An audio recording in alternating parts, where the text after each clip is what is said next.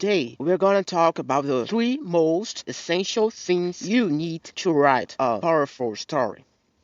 So, how can you write a powerful story that will resonate with your readers? A story that readers won't forget a week later once they finish your book or novel. Well, the first thing that you need is theme.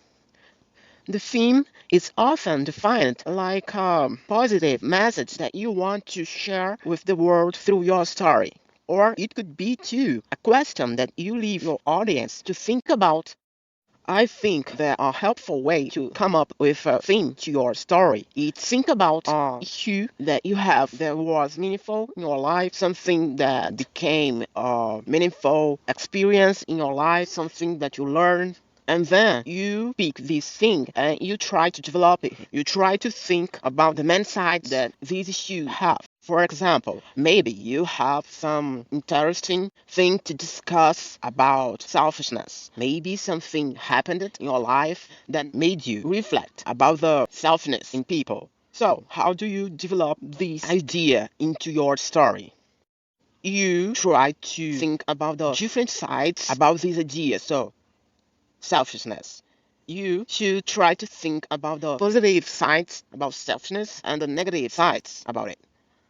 And then you could use each one of these sides to represent your cast of characters. And after that, the second most important thing that you need to write a powerful story is a character arc.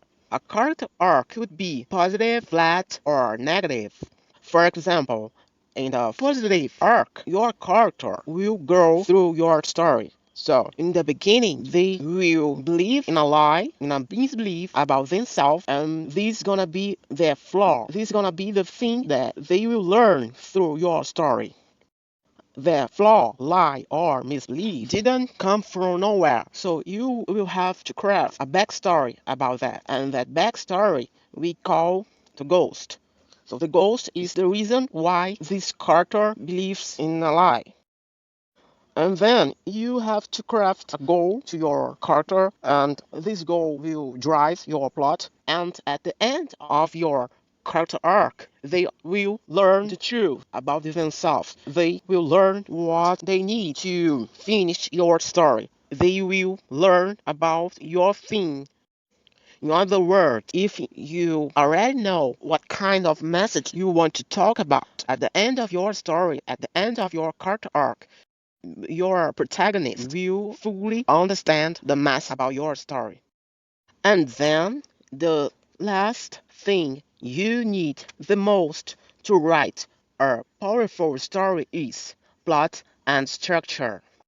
Your plot is like a metaphor of your theme and your character. It's through your plot that the reader could see what you're trying to convey to them. There are many ways to structure your plot, but to keep it simple, let's think about the three-act structure. In the three-act structure, Act 1 it's about the setup, Act 2 it's about the confrontation, and Act 3 it's about resolution.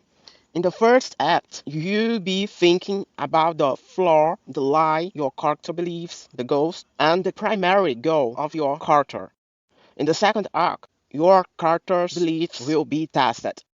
And in the third act, the truth will win if you're writing a positive arc.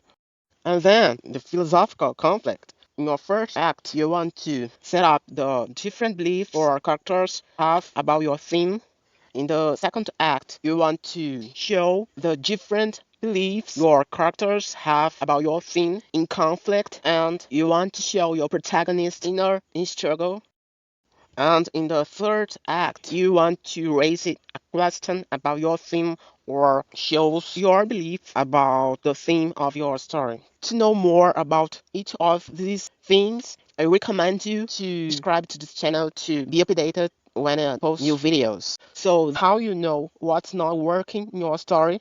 If your theme doesn't have different characters' beliefs in conflict, or if your scene doesn't have your protagonist struggling with inner conflict about your theme, this scene doesn't belong to your story.